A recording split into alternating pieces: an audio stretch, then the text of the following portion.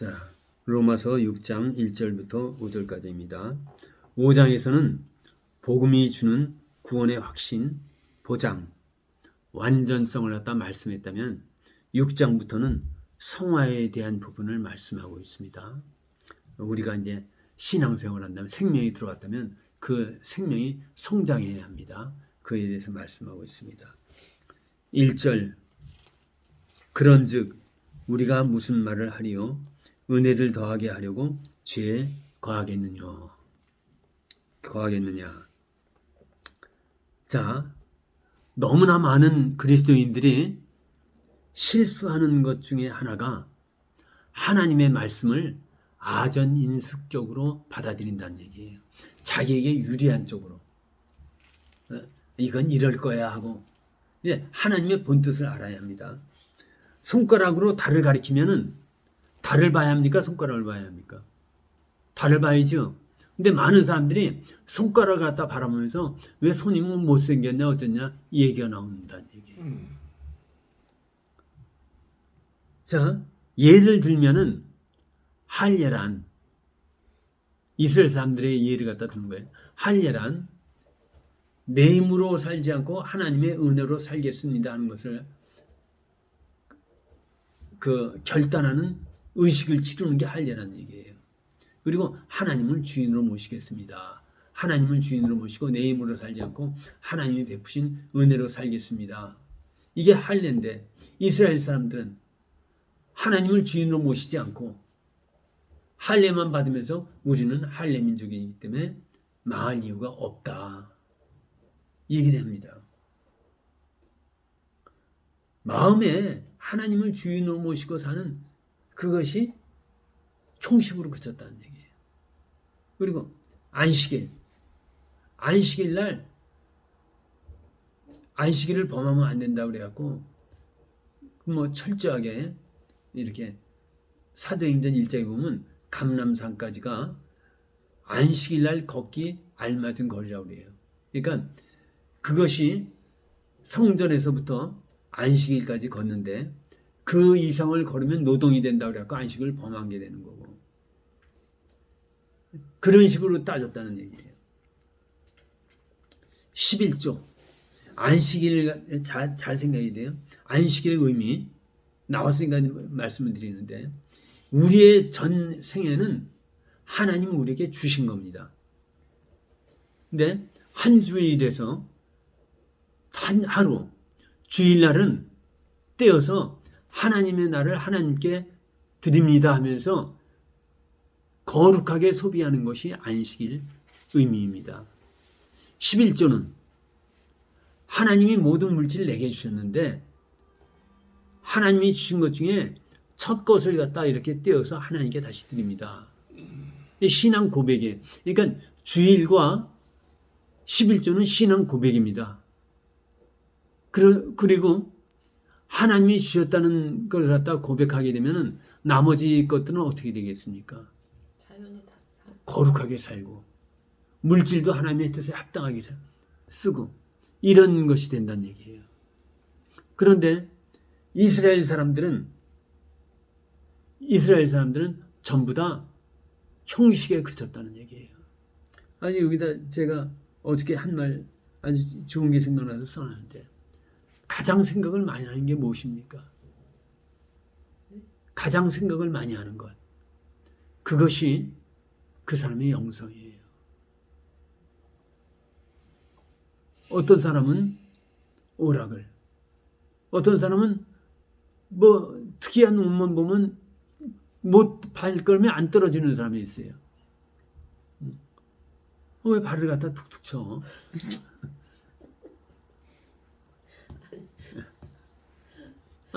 그게 그 사람의 영성이에요. 보면은, 꼭 소유하는 거. 그게 영성이라는 얘기예요. 하나님으로 충만해져야 하는데, 썩어질 세상 것들을 갖다 찾는 거. 그거 안 된다는 얘기죠. 필요한 거는 하나님이 주시죠. 그러니까 제가 늘 얘기하는 게 뭐냐면 모든 피조 세계는 인간이 다스리라고 주신 거지 끌려가라고 주신 거 아니라는 얘기예요. 물질 다스려야 합니다. 건강 다스려야 돼요. 그리고 명예, 권력 이거 전부 다 자기가 컨트롤해야 돼요. 다스려야 돼요. 거기에 끌려가면 그거에 종이 된다는 얘기예요. 결국 피조물과 나 관계에서 내가 끌려가는가 내가 다스리는가 그 차이예요. 내가 다스리면은 하나님께 영광 올리는 존재가 되는 거고, 그리고 내가 다스리지 못하고 끌려가면 나 오늘도 또 졌네 이게 나오는 거예요. 사도 바울은 평생 전도 영을 했던 분입니다. 전도를 하면서 부딪혔던 질문 중 하나가 5장 20절 하반절 말씀이에요. 5장 20절 하반절 제가 읽습니다. 그러나 죄가 더한 곳에 은혜가 더욱 넘쳤나니. 5장 20절에 그러나 죄가 더한 곳에 은혜가 더욱 넘쳤나니. 이 말을 하자 1절 말씀이 나온 거예요. 그러면은 죄가 더한 곳에 은혜가 넘쳤다면 우리 더 죄를 갖다 더 지어도 괜찮겠네. 그런 말이 나오겠지요. 근데 죄가 더한 곳에 은혜가 더욱 넘쳤다 하는 뜻은 복음이 주는 구원의 확신을 말하는 거고, 아무리 죄가 많아도 구원은 능히 감당할 수 있고 능력이 있다. 확신과 능력에 대한 설명이지 죄를 많이 지으라는 얘기는 아니거든요. 죄가 아무리 많아도 그 은혜는 그걸 덮어버린다는 거죠. 예. 그러니까 그리스도의 피는 구원하지 못할 죄인이 없고 그리스도의 피는 씻지 못할 죄인이 없다는 얘기예요. 그러니까 우리가 실수하고 넘어질지라도 매맞을 각오하면서라도 하나님 앞에 나가야 돼요. 뻔뻔해야 돼요. 하나님 앞에. 하나님 나 오늘 죄 졌습니다. 용서해 주시고 살려주세요. 나가야 돼요. 그런데 복음을 갖다 거절하는 사람들 중에 하나, 그러면 죄를 갖다 더한 것에 은혜가 넘친다. 그러면 은혜를 더 받기 위해서 죄를 좀 더 줘도 되겠네. 이렇게 이해하는 사람들이 있다는 얘기예요. 우리가 기억해야 할 거, 저 두세 번 얘기했어요. 은혜는 죄를 유발하는 게 아니라, 은혜 받은 사람은 그의 삶 속에서 모든 부분에서 하나님의 말씀에 순종해서 하나님이 기뻐하시는 의로운 삶을 살게 돼 있다는 얘기예요.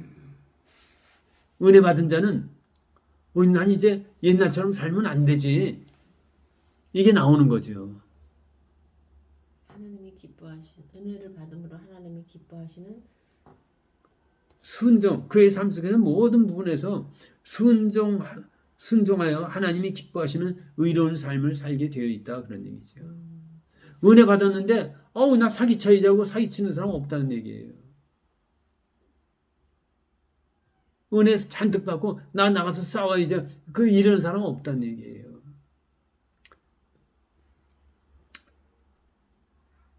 그리고 그렇게 의로운 삶을 살려고 애쓰고 힘쓰고 노력하는 것, 그게 경건의 훈련이에요. 모든 부분에서 하나님의 말씀에 순종해서 전에는 못했었어요. 근데 이제 내가 은혜를 받았는데 좀 이제 올바로 살아봐야지 하고 올바로 살려고 애쓰고 힘쓰고 노력하는 것, 말씀 보고 기도하고 예배드리고 이것만 경건의 훈련을 생각하는데 그거 아닙니다. 모든 삶의 부분에서 하나님 말씀에 순종해갖고 의로운 삶을 살아야겠다고 결단을 하는 그것이 경건의 훈련이에요. 사도 바울은 여기에 대해서 단호하게 말합니다. 2절 그럴 수 없느니라. 2절에서 그럴 수 없느니라. 죄에 대하여 죽은 우리가 어찌 그 가운데 더 살리요. 예수 그리스도를 믿는다는 건 뭔가? 예수 그리스도를 믿는다는 건 그리스도께서 십자가 위에서 죽어야 할 내 대신에 그리스도께서 죽으셨다는 것을 믿는 것이 그리스도인의 믿음이에요. 내가 죽어야 하는데 십자가를 볼 때마다 우리가 봐야 합니다. 내가 죽어야 할 텐데 그리스도가 대신 죽으셨네. 에베소 2장 1절부터 3절에 보면 세상 풍속을 따르고 육신의 소욕을 따르며 공중 권세 잡은 자를 따르던 본질상 진노의 자녀였던 나를 대신해서 우리는 뭐예요? 다 본질상 진노의 자녀입니다. 그런데 그러한 나를 대신해서 그리스도께서 죽으셨다는 얘기예요. 그리고 그리스도께서 죽으실 때 나의 옛사람도 죽었다고 받아들이는 것이 그리스도를 향한 믿음이에요. 그리스도께서 죽으실 때 나의 옛사람도 죽었대. 하나님이 그렇게 인정해 주신대. 이게 믿음이란 얘기예요. 그렇기 때문에 사도 바울은 이 절을 아주 단호하게 얘기하는 겁니다. 그럴 수 없느니라. 죄에 대하여 죽은 우리가 어찌 그 가운데 더 살리요. 3절 무릇 그리스도 예수와 합하여 세례를 받은 우리는 그의 죽으심과 합하여 세례를 받은 줄을 알지 못하느냐. 자, 세례란 하나님을 떠나서 자기 생각, 자기 욕심대로 살던 나의 옛사람. 나의 옛사람은 하나님을 떠나서 내 욕심, 내 생각대로 살았었어요. 그러한 사람이, 옛사람이 그리스도께서 십자가에서 나를 대신해서 대속의 죽음을 당하셨을 때 함께 죽었다고 받아들이는 것이 믿음이고 마음으로 결단하는 것이 세례입니다. 너무나 많은 그리스도인들이 신앙을 립 서비스 차원에서 얘기해요. 맞아. 예수님이 십자가에서 죽으실 때 2000년 전에 십자가에서 죽을 때 나의 옛사람도 죽었어. 그리고는 어떻게 해요? 그냥 옛사람으로 살아가는, 이건 아니라는 얘기예요. 그건 립 서비스지 신앙이 아니라는 얘기예요. 그런데 그걸 고백한다고 해갖고 난 신앙이 있다고 얘기 못한다는 얘기예요. 신앙은 결단입니다. 신앙은 결단이에요. 나의 옛사람이 죽었다고 말하면 새 사람처럼 살도록 노력을 해야 합니다. 근데 나의 옛사람은 죽었다고, 성질대로 살던 거 죽었다고 그러고, 옛날엔 뻑뻑 소리 지르고 그랬는데 이젠 그거 하지 말아야지. 그러면 하지 않으려고 노력하는 것. 그게 경건의 훈련이에요. 그게. 하나님의 아들이신 예수 그리스도처럼 살려고 애쓰고 힘쓰고 노력하는 것. 그렇게 해야 합니다. 물론 실수할 때가 많습니다. 실수할 때가 있죠. 그런데 그래서 예수님은 십자가를 지신 거예요. 십자가는 우리의 과거와 현재와 미래의 모든 죄를 다 도말하셨어요. 서커스 안에서 서커스를 하는 사람이, 그네를 타는 사람이 그 밑에 쇠 그물이 있다는 얘기예요. 그러니까 그 사람은 그네를 타다가 놓쳐도 자기는 안전하다는 걸 갖다 생각한다는 얘기예요. 그와 마찬가지로 예수 그리스도께서는 우리가 실수하고 넘어질 걸 아신다는 얘기예요. 그러니까 과거, 현재, 미래 죄를 한 번에 다 도말하신 거예요. 그것이 우리의 모습입니다. 넘어졌으면 또 일어나서 나가야 돼요. 그 우리의 모습이 되어야 됩니다. 5장에서 소망이 부끄럽지 아니함은 그랬지요.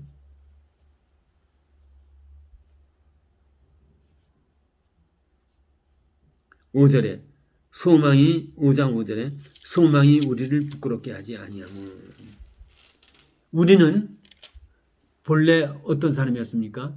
세상 풍속을 쫓고 공중 권세 잡은 자를 따르며 육신의 소욕을 따라 쫓아 살던 본질상 진노의 자녀였습니다.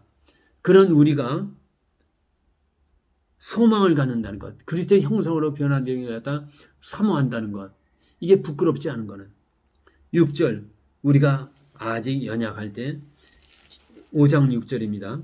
우리가 아직 연약할 때 기약대로 그리스도께서 경건하지 않은 자를 위하여 죽으셨도다. 우리가 하나님 앞에 나갈 수 있는 힘도 없고 능력도 없고 아무것도 없을 때 그리스도께서 하나님 앞에 나갈 수 있는 길을 열어주시기 위해서 그리스도가 죽으셨다는 얘기예요. 8절 우리가 아직 죄인 되었을 때 그리스도께서 우리를 위하여 죽으심으로 하나님께서 우리에 대한 자기의 사랑을 확증하셨느니라. 우리의 의는 하나님 앞에 나갈 수 있는 눈꼽만치도 없어요. 우리가 죄인 되었을 때 그때 그리스도께서 우리를 갖다 위해 죽으심으로 말미암아 하나님의 사랑이 확증되었다는 얘기예요. 더 이상 떨어질 수 없는 상태에 됐다는 거죠. 10절에서는 곧 우리가 원수 되었을 때 하나님과 원수 되었을 때 이거는 인간이 최악의 상태로 떨어진 걸 말씀한다고 그랬어요. 그러니까 우리가 하나님 앞에 나갈 수도 없고 의의가 하나도 없고 찾으려야 찾을 수가 없고 그리고 최악의 상태에 있는 빠져있던 우리를 위해서 그리스도께서 죽어주셨는데 그걸로 인해서 우리를 깨끗하게 해주셨는데 우리가 더 그렇게 될 이유가 뭐가 있냐. 최악까지 가지 않는다. 그러니까 소망을 갖는 거 부끄럽지 않다. 힘을 최악은 이제 없다. 그렇죠. 더 이상 최악은 없다. 그러니까 힘을 내서 경건의 싸움을 싸우라는 얘기죠. 우리가 꼭 기억해야 할 것 이것은 우리는 세례받았다는 거예요. 그리스도와 함께 십자가에서 옛사람 죽었지 않았냐. 근데 왜 죽은 사람으로 안 사는가. 리비 서비스가 아니라는 얘기예요. 신앙은 형식이 아닙니다. 마음의 결단입니다. 이 말을 갖다 하기 위해서 별렀어요. 이 시간을. 절대적으로 신앙은 립 서비스가 아니에요. 마음의 결단이에요. 하다가 실수할 수 있습니다. 그때는 어떻게 해야 돼요? 다시 일어나서 십자가 붙들고 나가야 돼요. 하나님, 제가 오늘 실수했는데 용서해 주시고 나를 구원하옵소서. 이스라엘 백성들은 모든 것을 형식적으로만 했다는 얘기예요. 오죽하면 말라기서에서는 뭐라 그래요? 말라기 선자가 누가 와서 이 성전 문 좀 닫아줬으면 좋겠다. 난 너희들이 드리는 제사 역겨워서 받을 수가 없다.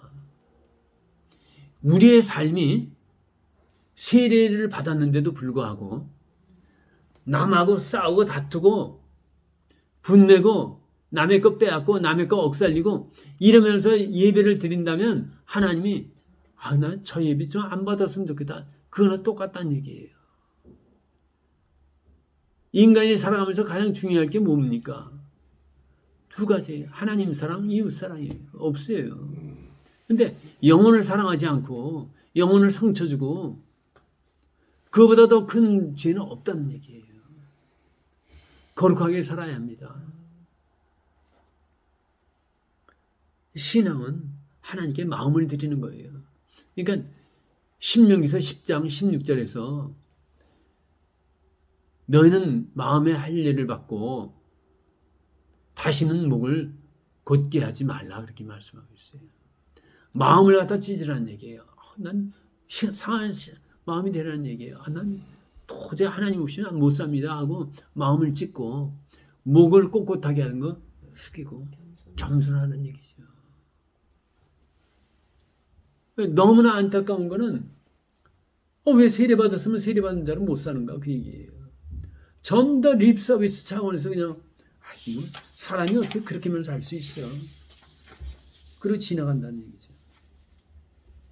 4절 6장 4절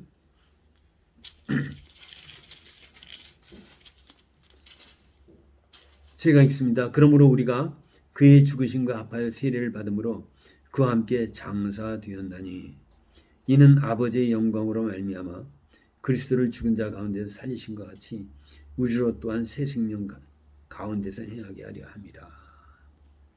자, 히브리서 9장 27절에 한 번 죽는 것은 사람에게 정하신 것이요 그 후에는 심판이 있으리니 그랬어요. 죄의 싹은 사망이라고 했습니다. 모든 사람은 죽을 수밖에 없는데 죽고 난 다음에 심판이 있다는 얘기예요. 타락한 인간은 영벌에 빠진다고 그랬어요. 마태복음 25장 46절에 그렇게 되어 있는데, 하나님께서는 택한 자녀가 영벌에 빠지는 걸 볼 수가 없어갖고 내가 너희를 대신해서 죽어줄게. 그리고 육신을 입고 와서 십자가에서 대속의 피를 흘려주신 것이 십자가 사건이에요. 이것이 복음이에요. 우리는 죽어야 합니다. 우리는 본질상 진노의 자녀예요. 그런데 하나님이 땅을 이렇게 보시고, 내가 너희를 택하려고 그러는데 너희들 죽는 걸 내가 어떻게 보니? 내가 가서 육신을 입고 가서 너희 대신 내가 죽어줄게. 이게 십자가와 그 예수 그리스도의 성육신과 십자가 사건이에요. 성도들은 손가락 하나 까딱하지 않고 그리스도께서 내 대신 대속의 피를 흘린 것을 믿기만 하면 구원받습니다. 그러니까 복음이라는 거예요. 구원받지 못할 수 있는 사람은 하나도 없어요. 받아들이기만 하면 되니까. 그리고 이것을 그리스도와 함께 죽었다, 장사되었다, 함께 세례받았다 이렇게 표현합니다. 세 가지로 얘기했어요. 함께 죽었다, 함께 장사되었다, 함께 세례를 받았다. 똑같이 이렇게 표현할 수가 있다는 얘기예요. 또 그리스도와 연합되었다고도 얘기를 합니다. 이것은 대표성의 원리예요. 11조를 갖다 드리면은 하나님이 물질을 다 드린 걸로 받아주시는 것.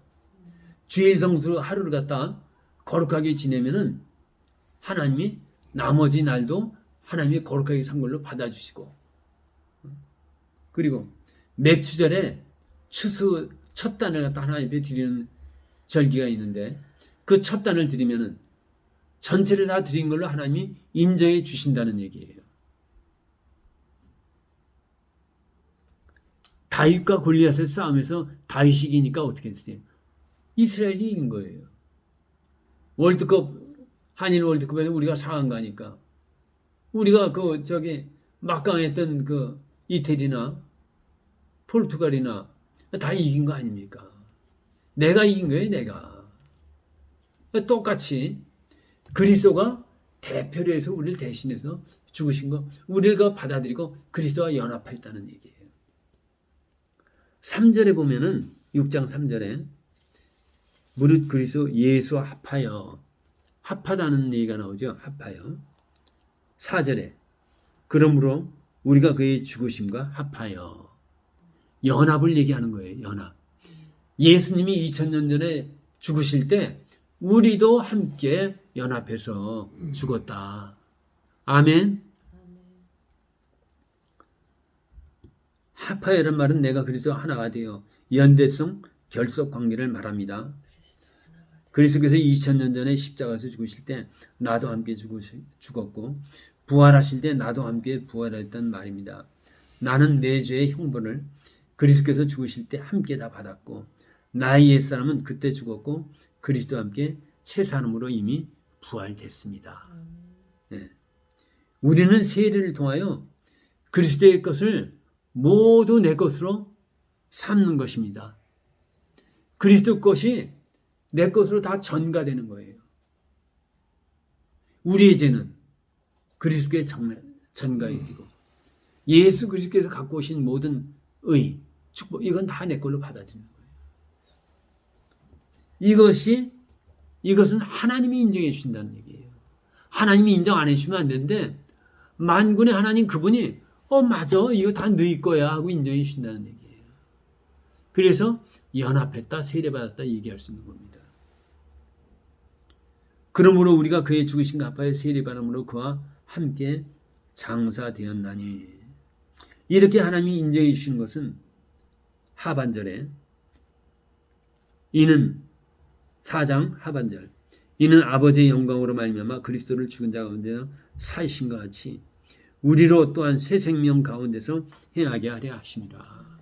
우리가 그리스도 앞에 죽은 걸로 인정해 주는 것은 이제 새 생명으로 살아가라 살아가게 하기 위해서 그렇게 인정해 주셨다는 얘기예요. 한 장이 또 있네. 우리가 그리스도의 대속의 죽음을 믿을 때 하나님께서 우리가 그리스도와 연합하여 우리의 옛사람이 죽은 것으로 인정해 주시는 이유는 새 생명 가운데 행하게 하기 위해서, 우리로 거듭난 인생으로 살아가라고 우리의 옛사람이 죽은 것으로 하나님이 인정해 주신다는 얘기예요. 이 때문에 고린도후서 5장 17절에서 그런즉 누구든지 그리스도 안에 있으면 새로운 피조물이라 이전 것은 지나갔으니 보라 새 것이 되었도다. 이제 새 생명으로 살아가는 것은 성도들의 몫이에요. 새 생명으로 살아가는 건 우리의 몫이에요. 하나님이 너희들 이제 새 생명으로 살아가라. 너희 옛사람은 죽은 걸로 내가 인정해 준다. 그래, 그 이유는 새 생명으로 살아가기 위한 길을 갖다 열어주기 위해서 그랬다. 그러면서 우리에게 새 생명으로 살아가라 그래요. 그리고 살아가야 할 거는 우리의 몫이란 얘기예요. 그리고 이것을 위해서 그리스도는 임마누엘이라는 이름으로 오셨다는 얘기예요. 동행해 주시고 네, 도와주시기 위해서 보혜사 성령으로 오셨다는 얘기예요. 우리는 그리스도와 연합했다고 하면서 실제로 참 재밌는 표현을 제가 썼네요. 그리스도와 연합했다고 하면서 실제로 마귀와 연합해서 사는 사람이 많아요. 세상 풍속 보면 쫓아가서 그것과 함께 해야 되고, 육신의 소욕이 일어나면 그거 반드시 그거 해야 되고, 죄를 보면 그냥 소리 지르고 뭐 하면서 꼭 같이 죄 지어야 되고, 이거는 마귀와 연합한 거지 그리스도와 연합한 게 아니라는 얘기. 그리스도와 연합하면 세상 풍속을 보고 아이 나는 이제 거기다 해서 죽었어. 육신의 소욕에 좀 더 졸자, 좀 더 자자. 이렇게 하면 마약에 좀 취했으면 좋겠다. 난 이제 그거 끊었어. 그에 대해 죽었어. 그리고 누가 와서 찔러대면 난 이제 싸움하고 끝났어. 안 싸워. 근데 그걸 하면은 마귀와 연합한 거예요. 마귀와. 그러니까 세상 사람들이 즐기는 풍속대로 그대로 해야 되고, 속에서 쏘아내는 육정대로 그대로 살아야 되고, 그리고 옆에서 누가 찔러대면 같이 주먹으로 싸워야 되고, 이거는 마귀와 연합한 거지 그리스도와 연합한 사람이라고 얘기할 수 없다는 얘기예요. 그런데 안타깝게도 많은 그리스도인들이 그리스도와 연합하지 않고 마귀와 연합해서 살아가는 사람이 많다는 얘기예요. 여기에는 한 분도 없을 줄 믿습니다. 아멘. 다시 한번 강조합니다. 너무나 중요합니다. 신앙은 립서비스가 아닙니다. 마음의 결단입니다. 세례를 받았습니까? 그렇다면 세례받은 대로 살아야 합니다. 이제는 새 생명으로 살아야 하는 것은 우리에게 주어진 몫이라고 했습니다. 이것을 위해 임마누엘이라는 이름으로 오셨습니다. 이제 임마누엘 하신 하나님, 성령님과 교통하는 삶을 살며 그분의 인도함을 받아야 합니다. 성령님은 우리를 도와주시기 위해서 오신 분입니다. 갈라디아서 6장 7절에 스스로 속이지 말라. 하나님은 업신여김을 받지 아니하시나니. 먼저 성경에는, 개혁 성경에는 스스로 속이지 말라. 하나님은 만월의 여김을 받지 아니하시나니. 저는 옛 성경에 익숙해서 잠깐만 그 말이 나와요. 업신여기지. 하나님은 속이지 말라. 스스로 속이지 말라. 예. 하나님은 업신여김을. 그러니까 이게 지금 사도 바울이 무슨 말로 했냐면은 하나님의 자녀라고 하면서, 이분은 자녀라고 하면서 마귀와 연합해서 사는 사람들이 있다는 얘기예요. 그 하나님 안 속는다는 얘기예요. 그러니까 이스라엘 백성들은 하나님을 속이려고 형식적으로 했는데 하나님이 안 속은 거예요. 그러니까 아까 히브리서 4장 2절에서 뭐라 그랬어요? 믿음으로 결보시키지 않았기 때문에 그들이 망했다는 얘기예요. 우리는 지금 아들을 통해 주신 위대한 복음을 갖다 만나고 있어요. 그런데 마음으로 결단하지 않고 립 서비스만 하면 그 하나님을 안 속는다는 얘기예요. 문제 안 풀려요.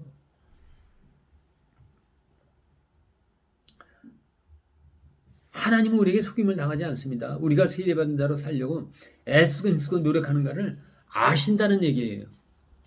그 아들의 대속의 피가 아까워서 택한 자녀가 다른 길로 가는 것을 보실 수 없어 잘못 갈 때는 환경을 통해 달아가신 거예요. 고난을 통해서 달아가신 거지. 이것이 우리에게는 고난으로 나타납니다. 4절 상반절에 다시 한번 있습니다. 그러므로 우리가 그의 죽으심과 합하여 세례를 받음으로 그와 함께 장사되었나니. 너무나 중요한 말씀이에요. 이것은 아버지의 영광으로 말미암아 그리스도를 죽은 자 가운데서 사신 것 같이 우리로 또한 새 생명 가운데서 행하게 하래. 새 생명으로 살아갈 뿐. 이거는 우리 몫입니다. 이건 100번 1000번 강조해도 그리고 그것을 위해서 임마누엘 하나님 오셨어요. 그분과 교통하면서 살아가야 돼요. 그분의 도움을 받고 인도함을 받아야 돼요. 도와달라고 기도하고. 실수하고 넘어질 수 있다고 했습니다. 그때마다 일어나서 뻔뻔스럽게 하나님 앞에 나가야 합니다. 하나님 나 오늘 실수했습니다. 그래도 하나님 용서해 주시고 나 붙들어 주세요. 하나님은 항상 문을 열고 기다리세요. 자, 오늘 말씀 여기까지 하겠습니다.